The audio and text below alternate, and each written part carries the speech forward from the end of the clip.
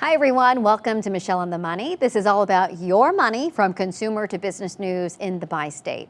The St. Louis County Council is one step closer to putting an online sales tax in front of voters in August. Now, this is something that they've been trying to put on the ballot for years now. 5 on Your Side's Laura Barcheski explains what this could mean for your wallet. Right now in St. Louis County, if you buy a piece of furniture at a store for $1,000 and the sales tax is 3%, you're paying $1,030. If you buy that same piece of furniture online from another source, you won't be paying that $30 sales tax in St. Louis County. Now, several county council members, including Mike Archer, want to see what they call a use tax. This would actually put the mom and pop brick and mortar stores locally on the same playing field because that use tax is not being collected right now, and people are actually going to benefit from that, whereas the brick and mortar stores are paying the sales taxes. Think of a use tax like a backup sales tax. It ensures that the government gets the same amount of tax money regardless of where you bought an item. Council Budget Director Chris Cron-Howard says where they could see this benefit the county is large-scale purchases. There was a company out in Chesterfield that bought two very large, I think they were $2.5 million a piece, so $5 million of generators. Well, those weren't made in Missouri, so they're brought into Missouri, so they would have been subject to the use tax. Well, that's 3% of $5 million we didn't capture and collect. You might be thinking, wait a minute, I live in St. Louis County and I see taxes from my online purchases. The county just wants their portion. So I challenge anyone to look at their actual purchases that they make. You are getting charged for those taxes now from some places, and we're not seeing any of that revenue come into St. Louis County. Officials estimate the county could bring in anywhere from $30 to $75 million in revenue with this use tax, something County Executive Sam Page says they desperately need. And without that new revenue, pretty dramatic reductions in county services because we can't buy the same things that we bought 5 years ago. County resident Tom Sullivan says asking for more money is a tough pill to swallow. No matter how you look at it, it would increase the tax burden on county taxpayers at a time when the cost of living is the biggest issue in this country and this county. Now, Councilman Dennis Hancock was the only one to vote no on moving this forward. He says he thinks they need to prove that they can reduce spending before asking for this. If it's passed by the next council meeting, county councils would have to decide in August if they want this use tax. We'll keep you posted. St. Louis County Executive Sam Page, in the meantime, is calling on the county council to restart projects left out of this year's budget. The council cut millions of dollars from the budget last year, and Page says 8 projects planned for last year are not included in the budget this year. Now, those include things like upgrades to subdivision streets, repairs to the police department security system, and adding more cells to the county's juvenile detention center. In the meantime, we know that park and rec fees could rise in St. Louis County. According to our partners at the Business Journal, Sam Page is asking the county council to approve increases due to budget cuts. Now, this proposal would set indoor day passes at most rec centers at $4 for kids and seniors, and then $5 for adults. Aquatic center passes at North County and Lee May would rise to $8 for kids and seniors, $10 for adults, and then season pass rates would stay the same. Well, let's take a look at Lambert International Airport, which just got a big boost. Representative Wesley Bell presented a check for more than $3 million to help fund improvements to the airport's power infrastructure. Without modern electrical infrastructure, you can't consolidate terminals. You can't attract new carriers. You can't grow. This investment is what makes the next phase possible. Airport and state leaders hope this will help modernize the airport. This is expected to drive economic growth all across the region. New housing numbers could help forecast the region's future. The U.S. Census Bureau released its 2025 housing permit data. And while the St. Louis region ranks 23rd in population nationwide, get this, it actually placed 58 when it comes to issuing new housing permits. And that number has continued to decline since 2019. St. Louis University demographer Ness Sandoval says that is why the St. Louis region needs to build more housing for families. We want people to move here. If we want to grow, we need to have people from around the country move here. But if we don't have the housing, then it's going to be challenging because people are going to move to Indianapolis, they're going to move to Kansas City, they're going to move to Cincinnati, and those regions are building far more housing than we are. Sandoval says this data is critical to invest in our future and to stay competitive. He says if you want to make your voice heard, make sure you go to your city council meetings when these issues come up. Right now, one of St. Louis's biggest contractors is working to carry some of the energy load from data centers. And this is according to our partners at the St. Louis Business Journal. Clayco is launching a new power and energy unit. It's going to focus on building solar facilities and battery storage to power large energy projects nationwide. Clayco expects energy demand to surge by 15 to 20% by the year 2030 because of data centers. Company leaders say the new unit should reach $300 million in revenue by 2027. And then right now, a bill to change the leadership for the Dome in downtown St. Louis is making its way through the Missouri Capitol. The House approved the bill on Monday night. It would create one board to oversee the Dome and Convention Center. The two groups currently in charge of the Dome both push for this move, and officials say the one board will help streamline operations and possibly make it easier to raise funds. The Arch grounds could soon extend east of the Mississippi. That was part of Eero Saarinen, the architect of the Arch grounds' original vision, but it was cut due to funding concerns. However, a bipartisan group of congresspeople, including Ann Wagner, Nikki Budzinski, Wesley Bell, and Mike Bost, are seeking to restore that vision and make it a reality. They recently introduced legislation that would make Malcolm Martin Park in East St. Louis part of Gateway Arch National Park. Now at this time they don't have a price tag as well, but they did say that Malcolm Martin himself left $3 million in his estate just for this reason. A Missouri court gave preliminary approval of a Roundup settlement. Listen to this. Last month, Bayer agreed to pay $7.25 billion as part of a class action lawsuit. Bayer acquired Creve Coeur-based Monsanto about 8 years ago. Now, this lawsuit is over claims that the weed killer Roundup caused cancer. Bayer says even though there is a settlement, it is not admitting any liability. There will be another hearing over this proposed settlement in July.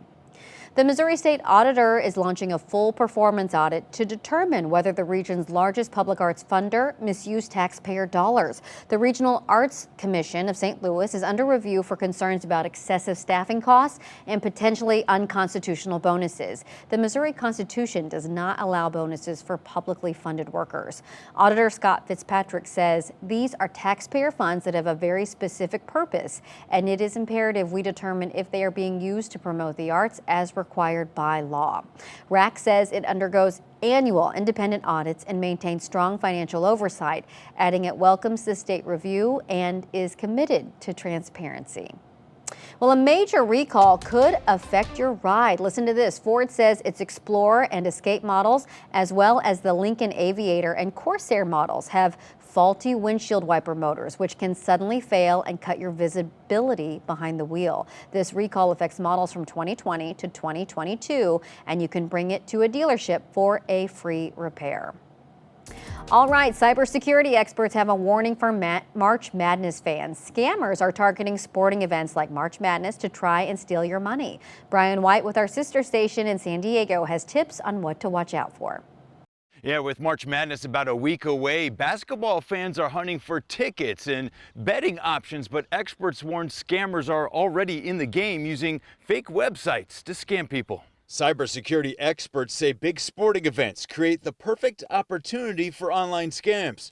So I reached out to John Clay. He's vice president of threat intelligence at Trend Micro, a cybersecurity firm. Whenever there's a big event that occurs, it could be, a sporting event, it could be a political event, the scammers kind of come out of the woodwork and they take advantage of that. He says criminals know fans are looking for tickets, travel deals, and betting options, and scammers are creating websites that look legitimate. They'll create actual websites that look just like the betting websites to fool the people going in to bet there. But the goal isn't just your money. John says scammers also want your personal information, including credit card numbers, emails, and phone numbers. Scammers are all about financially driven scams, right? They can make money whether it is scamming you with your credit card or they could scam you by taking your information and then selling your information to other scammers in the undergrounds. So what should fans watch for? John says there are several major major red flags. If it looks too good to be true, it probably is. Other warning signs include tickets sold only through social media or direct messages,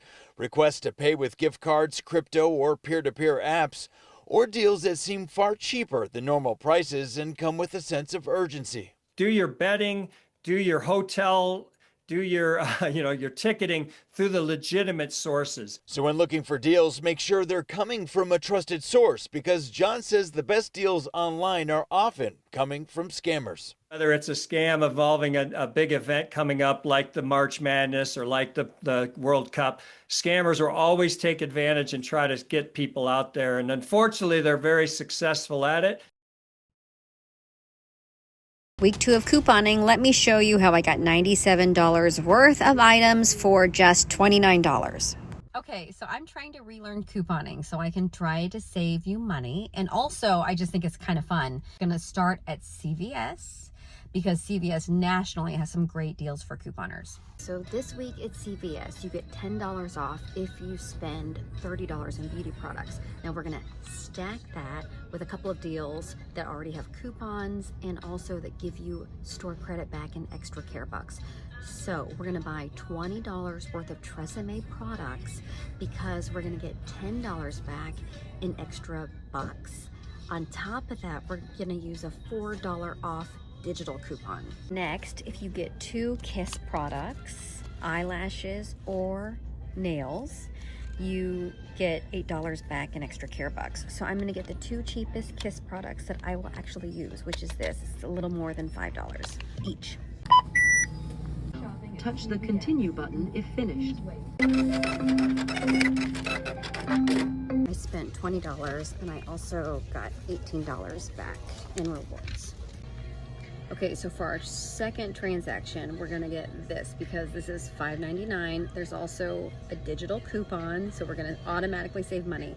And then once we hit $30 in some other household products, we're gonna get $10 more in store credit in those extra care bucks.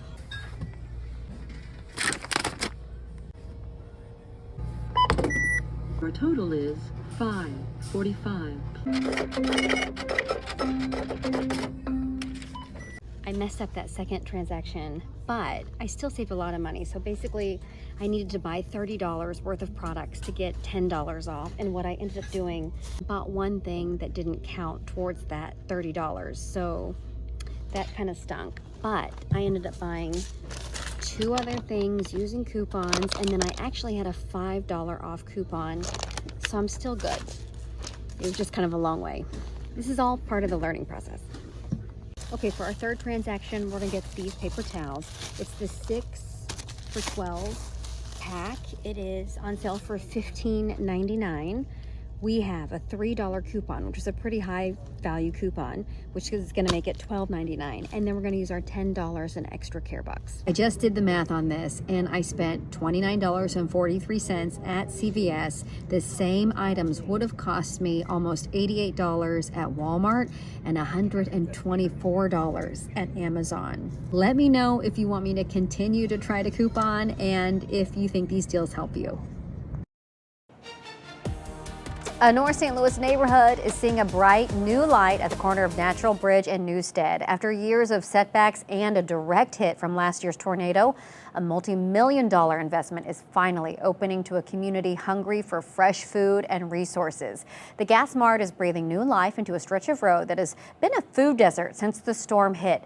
And the owner there, Mike Jabbar, says that he spent $3.5 million just in repairs after the tornado destroyed his canopy, and just months before the new convenience store was set to open. With the landscaping, with the lighting outside, it's going to be a really very beautiful place.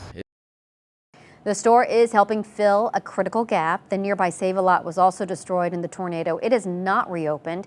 Along with gasoline and fresh coffee, the Mart offers a restaurant and a small selection of groceries. The store has plans to expand hours to midnight this summer. All right, get this, beer and fishing, you know, they go hand in hand, and that's why two Missouri brands are now teaming up. Busch Light is out with limited edition cans celebrating Bass Pro. They are also launching a contest called Bass Bank, and anglers can submit their best fishing tricks and inventions. The winner will receive $15,000 and a year's worth of Busch Light. All right, that's going to do it for us. Thanks so much for watching Michelle on the Money. For more money stories like these, be sure to join me every day on Today in St. Louis, starting at 4:30 in the morning. We're going to see you again next weekend right here on the KSDK app.